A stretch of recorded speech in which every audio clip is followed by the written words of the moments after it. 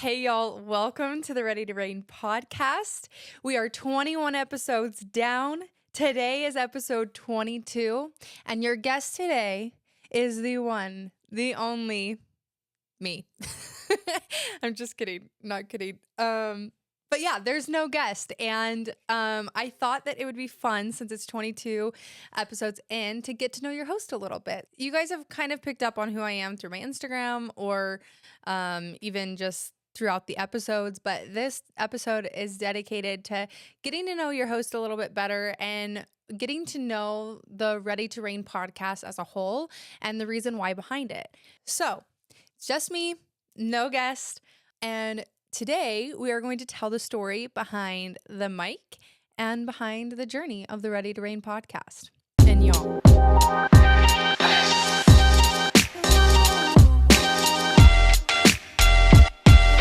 let's get ready to rain. All right. So, as you guys know, the Ready to Rain podcast is for the doers, the dreamers, and the people who are ready to do what they love to do. The ones who didn't wait till they had it all figured out or who had all the experience. They had no playbook. Sometimes there was little support or no support behind them achieving their dream, but they showed up anyway. They take risks, they fail forward, and they just kept going. That has been the heartbeat behind every single episode that we have done. And truthfully, it's my story too. Today, I want to pull back the curtain. I want to give you a little bit insight of who I am, why I started the podcast, why I started Ready to Rain, what I have learned from my first 21 guests. And then we're going to go into what's next on the roster. So stay tuned. So let's rewind. 21 episodes, 21 guests.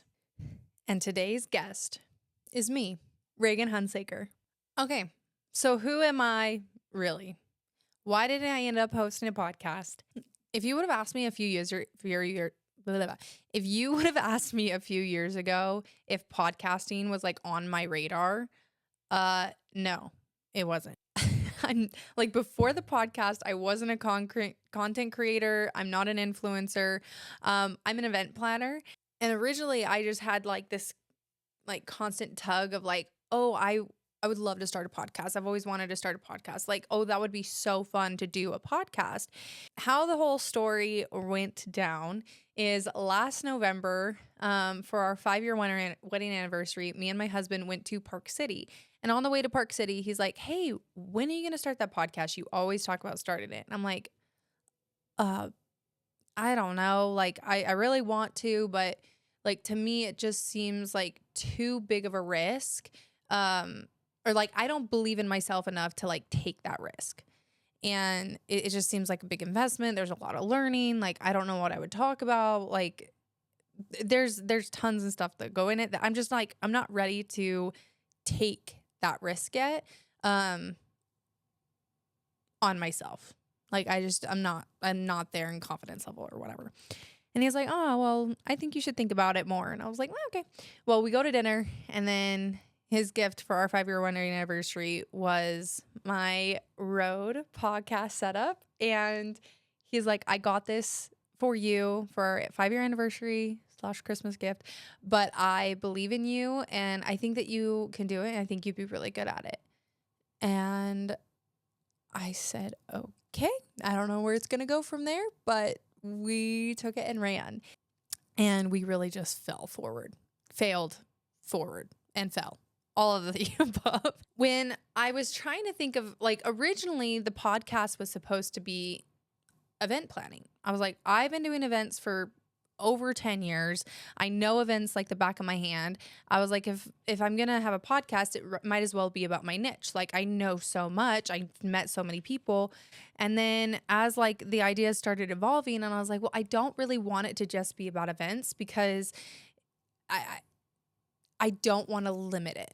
Right? Like, I don't want to like put a name or put a topic on it and then be stuck and then like not have anywhere for it to go or grow, because I don't really know where it's going to go. Well, back in August, I started my own LLC, an event planning company. I had been working for a company for a couple years, and then there was a couple of folks who were like, hey, we'd love for you to just freelance this one event or do this over here. Or we have this wedding we'd like you to do. And so I started my own company. And at that time, I didn't really like, so many things were taken in the event space. So I just kind of made it my own, and I named it Raeyne. Raegan Layne is my first and my middle name. So I just combined those names. I called it Raeyne. I was like, no one's going to spell it this way. At the end of the day, the company is me. It's Raegan Layne. And so we'll just name it Raeyne. That way it opens it up. It doesn't limit the company. I'm able to 1099 or contract in any capacity that people need help.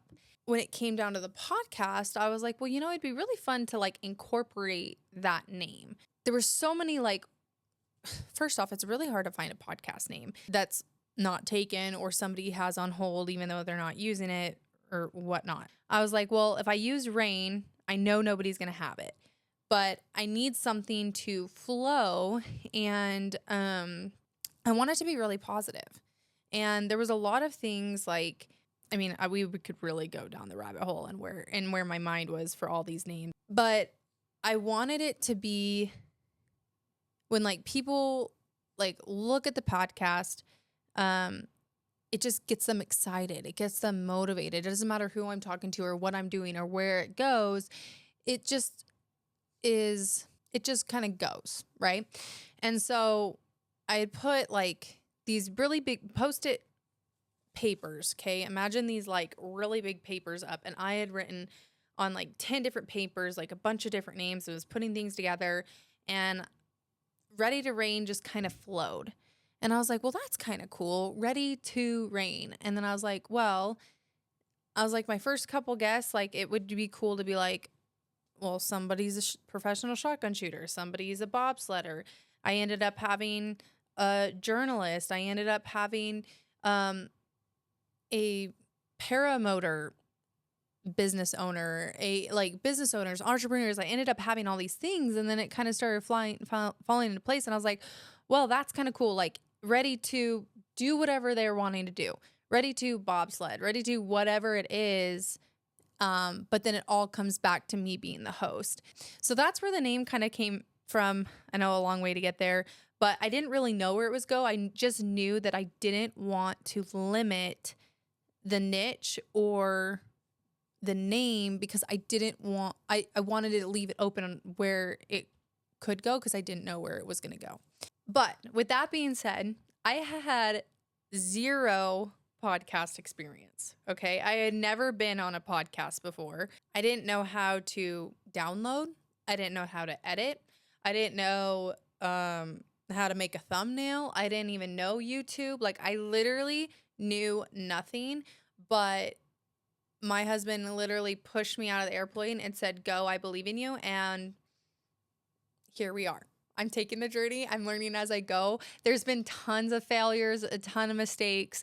But even in the beginning, I set the deadline for January 1. Like I wanted my first even though I got this stuff in December, I wanted my first podcast to be like in January. I wanted to start in the beginning of the year. Even Austin was like, I think that you should wait a minute and like get all the stuff that you need. And I was like, I have to put this hard deadline or I'm never going to start. It's going to fail. It's going to be bad, but like, that's what we have to do. And the first episode actually ended up being at Side by Side Ranch with my dad. And I thought it was really important to have my first episode with my dad.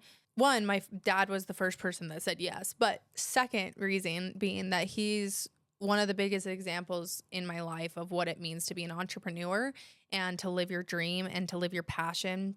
Why not start my podcast with one of my biggest examples? And what was really cool is we got to do it at my home and at the ranch.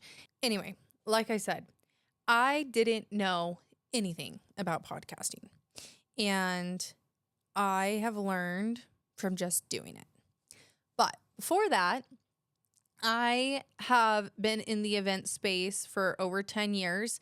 I got my education in experiential design, which is basically a mix between a business degree and a hospitality degree, studying the experience behind consumers and just the experiences in business and what makes it a better experience. Why do you buy that product? Why do you go to that event? Why do you pick that brand? Well, it all has to come down to your experience and how you feel. I fell in love with that degree when I did a study abroad.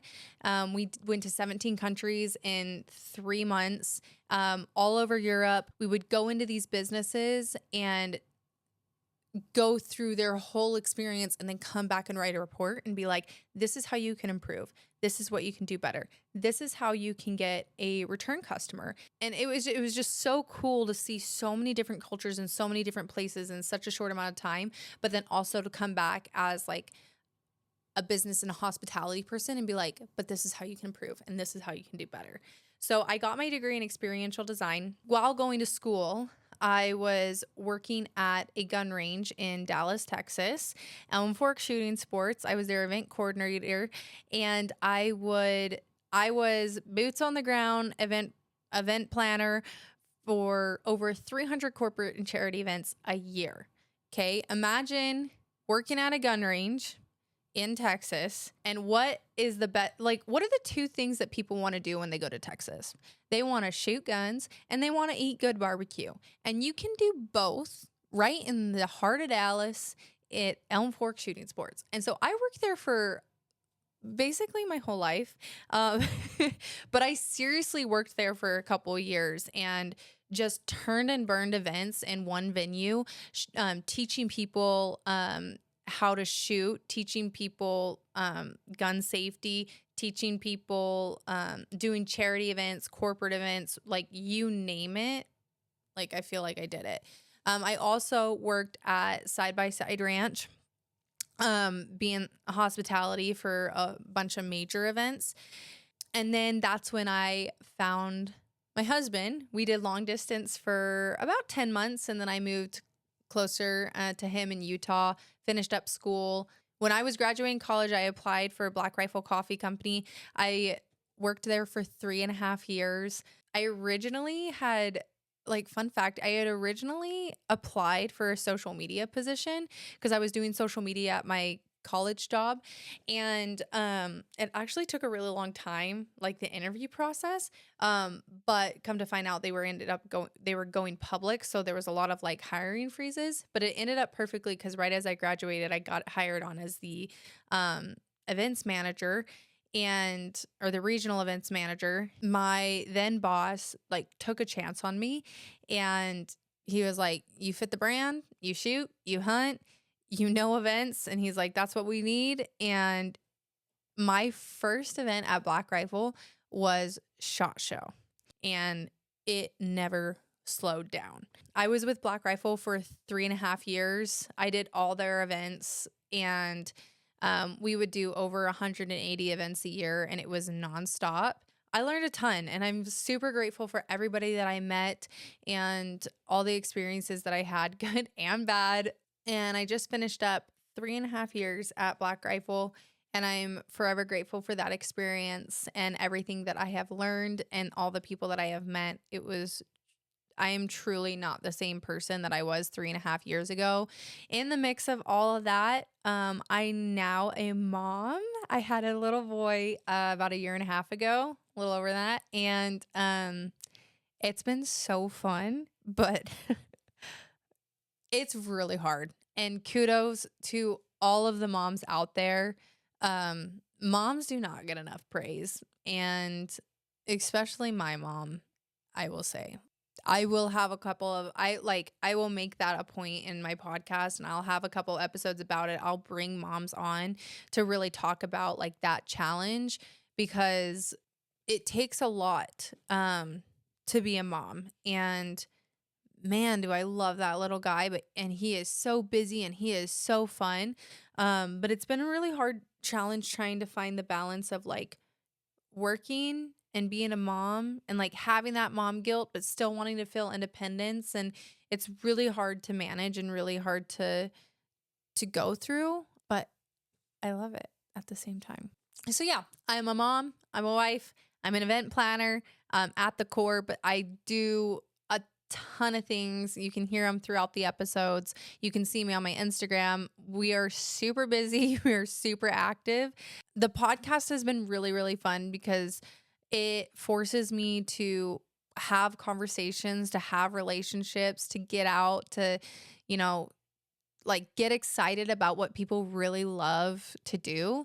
And I don't, I didn't really know that that's what I was going to fall into when I first got the podcast. I didn't really know where the podcast was going to go. And yet I still don't know where it's going to go. There's goals that I have for it. But I don't really know where it's going to lead. And I think that that's okay. And it's okay to just kind of live the journey rather than plan out every detail of the journey and plan it out and never do it. Then I'm figuring out as I go. The reason I started Ready to Rain podcast was because as I was going to events, I'll do an event podcast. I know events, I'll do events. And then I started like diving into like the why and the where I was going to take it and what I was going to do with it. I kind of sat there and I was like going through, okay, well, who could I have on my podcast? And, you know, who would say yes to coming on my podcast? I have no following. I'm literally just the girl who works events and works her freaking butt off to create experiences for people that will literally last a lifetime. Like that's what I like thrive to do.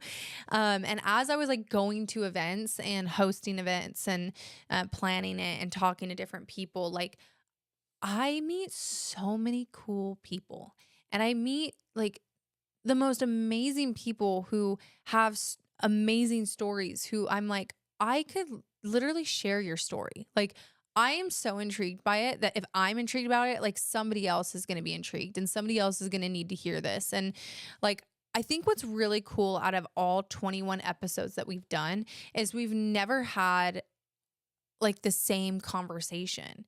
And it's so random, the people that I like pull. Like I would have never thought that I would have talked to like a bobsledder and a paramotor and someone who, you know, does a garden or somebody who's a mom or like I don't have a limit on it. And it, like the people that I've talked to, it's endless. I've gotten to talk to like people who raise families, people who build businesses, who work the 9 to 5s, but then still find time outside of the 9 to 5 to grow their passion. And it's so cool that like in my event planning career, I get to meet so many amazing people that have crazy stories that I feel like never get recognized or never get to share their story, but they're doing so much. It's just been really, really fun. And I don't really know where it's going to take me, but I know that there's stories that I need to share. And so that's what we're going to do. We're going to share the stories. And this is 22 episodes in, but there's plenty to come. So at the end of the day, the reason that I started the Ready to Rain podcast is because I was ready to bet on myself. And I was only ready to bet on myself because I had my husband to believe in me and to push me to do it. That was like one domino. And then Riley said yes. And then Annika said yes.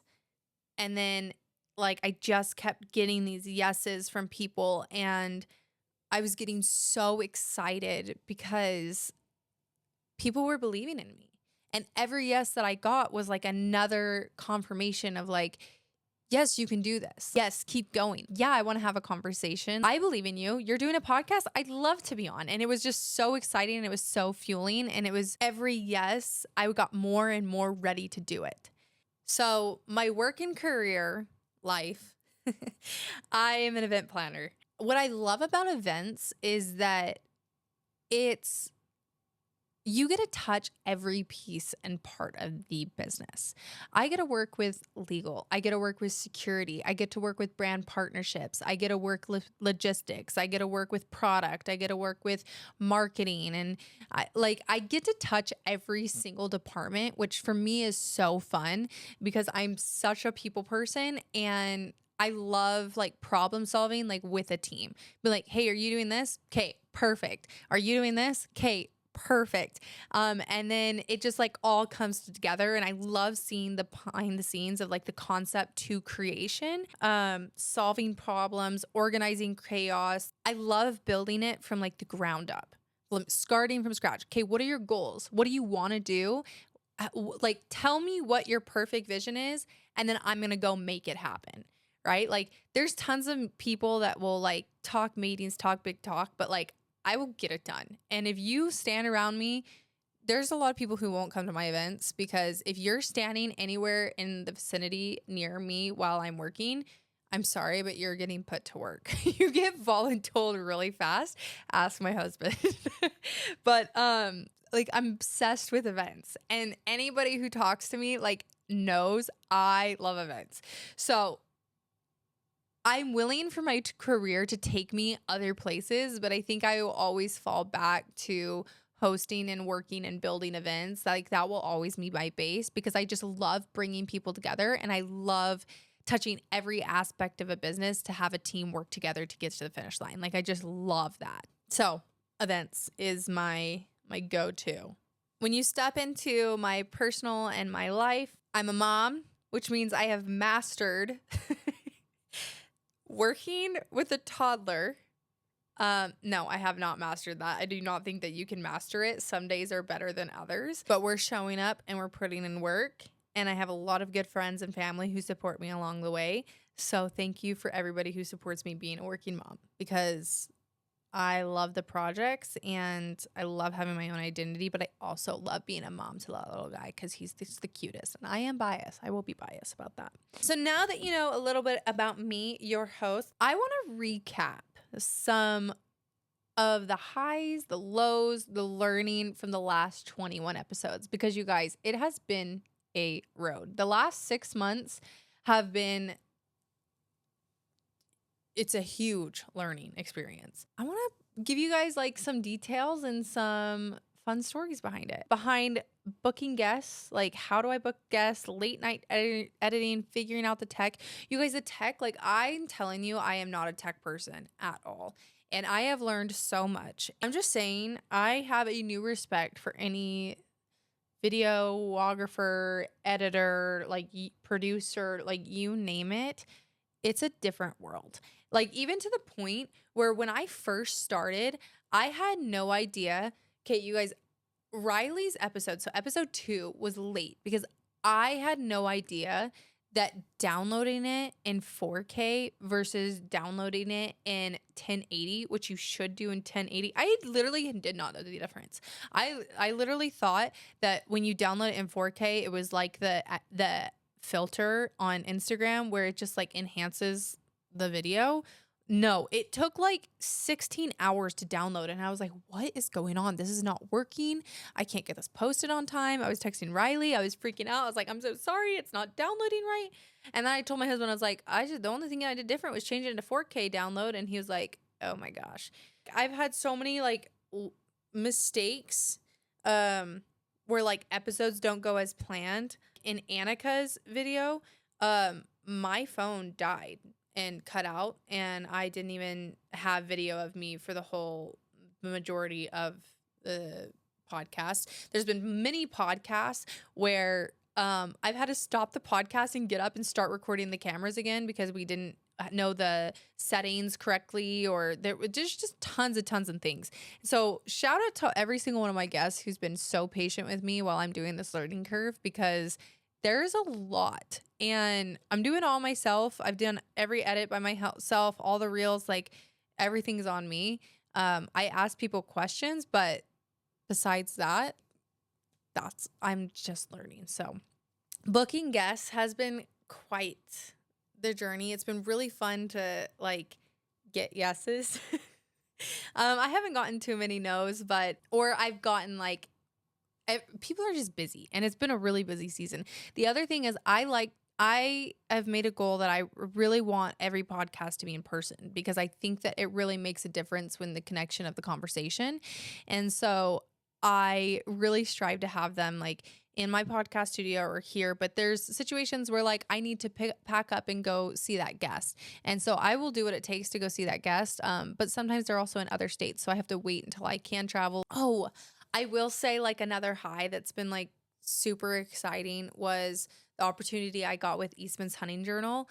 I saw them at SHOT Show and I just simply asked and I was like, hey, like I know you guys have a podcast studio at the Western Hunt Expo this year. If there's any way that I can like trade you event planning or pay for the space, like I would love to have at least an hour at Western Hunt to get a couple people recorded. And I can't express like the gratitude I have for like taking a chance on me and letting me go into their booth and represent their brand in a way to host my podcast in their studio. They are a great group of guys who are really, educating the outdoor industry and community, and for them to take a chance on me and it like really like shifted the podcast and really taught me like, hey, I can do this. Like you can do this and other people believe in you. And so huge shout out to those guys. I will say like another thing that's like been pretty cool is I haven't had to edit the podcast very much. Most of the podcasts that you guys see are very raw. Like really the only editing that I do is I flip the camera. So that's like switch it back and forth and make sure it's like everything's kosher for the PR people. But I don't really do that much editing. Like the conversations have flown really easy. And I think it's just because the guests that I have had on they speak so well and they are so passionate and they have great stories to tell. And so the conversations haven't come hard at all. And so it's been really, really cool that I haven't had to do very much editing. This one I'll have to do a lot of editing. I'm just kidding. Some of the lows that I faced, just the learning curves that I've had, whether it's been tech or really overcoming the imposter syndrome. I've talked about it in a couple of episodes. But I think I just kind of got to the point where, I don't really care anymore. Like I'm really enjoying it and I'm really having fun. And that's really all that matters. After I got past the imposter syndrome over the first couple of episodes, I mean, I still get it every once in a while. The more I did it and the more yeses I got and the more people that were like, hey, you can do this. Like, I believe in you. The more the imposter syndrome kind of went away. But that was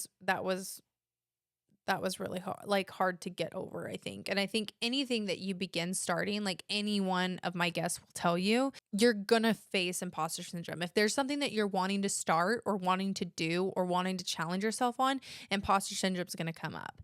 I think you just have to push yourself to do it and put it in the back of your mind and not care, even though that's really hard to say. But at the end of the day, would you rather at least try than be insecure because of what you think people are going to think? No, just do it because you never know how it's going to end up and you're going to fail. You're going to fail forward. And you know what? Every single one of my guests has felt it and every single one of them has decided to put that to the side and keep moving forward and see what happens. What opportunity is out there.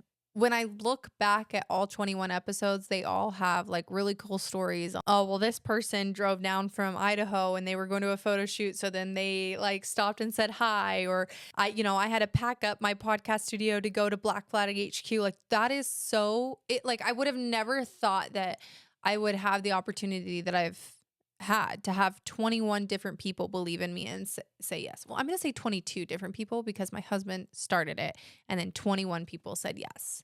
And I have more guests coming. So hang on. It's going to be so fun. Now we're going to go into, if I had to think back over all 21 episodes, which is a lot of content and a lot of information and a lot of different conversations, and they kind of go all over the place. But if I had to like bring it all together, what are 3 lessons over all 21 episodes that I've learned? It would be ready to start ugly, ready to listen, and ready to do the damn thing. Let me break it down. Ready to start ugly. If I had waited until I had like the perfect mic or the perfect intro or the perfect confidence, the perfect whatever in line, I would not be at episode 22. Okay. I would not be here if I had waited until everything was perfect. It's okay to start and just be honest with your people around you. Hey, I'm not at this level. I'm not that big. I am using my phone, or I'm using I don't know what it is. I'm not to this level yet. And you know what's funny is most of my podcast guests are, hey, that's okay. I support you anyway. I want to look back when you're on episode 400 and be like, hey, remember when we were on episode 2 and you had a poor Riley. It's just been really, really cool to see the support of me just being honest and hey, I'm learning this, and I'm just gonna be honest, I'm starting ugly, and that's okay. I didn't have a carpet. I didn't have chairs the first podcast. I didn't have lights. And you learn these things as you go, and that's okay. You don't have to be perfect. You just have to start, right? And I think it's so cool that people are you're scared to tell people that you're ugly and messy, but people are willing to take a chance on you, knowing that I would mess up, knowing that it would be ugly. And they have supported me the whole way. But I wouldn't be at episode 22 if it wasn't for that. So be ready to start ugly. That's the first lesson. Second lesson that I've learned from all 21 people, and mainly this is just a personal thing that I've learned in doing the podcast, is ready to listen. You guys, if you know me, you know that I'm a talker. Okay? I can't shut up. My mom tells me all the time, my husband tells me all the time, sometimes I just want to get my words out and I can't not talk. And I feel like this podcast has really sat me back and been hey, it's not about you. And I've had to tell myself multiple times, hey, it's not about you. It's not about you. It's about them. Hosting the podcast, though it is mine, has taught me a lot about shutting up and honestly listening deeper and asking better questions and being there for that guest and being there for that person, because it's not always about you. Sometimes it is about somebody else and it is about their story. So you are listening to this podcast, but I urge you to, when you go out in your daily lives and whatever you're ready to do, that you're also ready to listen. And then third and lastly, be ready to do the damn thing. Okay? This is why we're here. It is the Ready to Raeine podcast. Okay? If there's anything I have learned from all 21 doers, all 21 episodes, is that they did not wait for permission. They didn't wait for credentials or for the perfect plan or whatever it was. They just did it. Sponsored by Nike. Just kidding. We're not sponsored. They did it. They take the hits. They take the risks. They do the early mornings or the late nights, whichever one you want. They did the awkward starts. Okay. They failed forward, but it didn't matter what was going to happen. They did it. At some point in your life, you're going to sit there and you're going to want it bad enough. You're not going to care what it takes, but you have to want it. At some point in your life, you're going to want it bad enough that you're not going to care if it's ugly, if it's messy. You're just going to be ready to do it because you want it that bad. And all 21 people had gotten to the point where they were ready to do it. All 21 guests that I have had wake up every single day chasing that goal, the dream, the passion, providing for their people, whatever it is. That's what makes them a doer. That's what the podcast is about. And I didn't know where it was going to take me then, but now I have the why behind Ready to Raeine, and you guys, it's going to be unstoppable. So if there's 3 things that you have to take in over all 21 podcasts, which is very, very broad, it would be ready to start ugly, ready to listen, and ready to do the damn thing because you are. So with all that being said, I hope you go back and listen to any episode that speaks to you. There's so many and a lot of good content in all of it.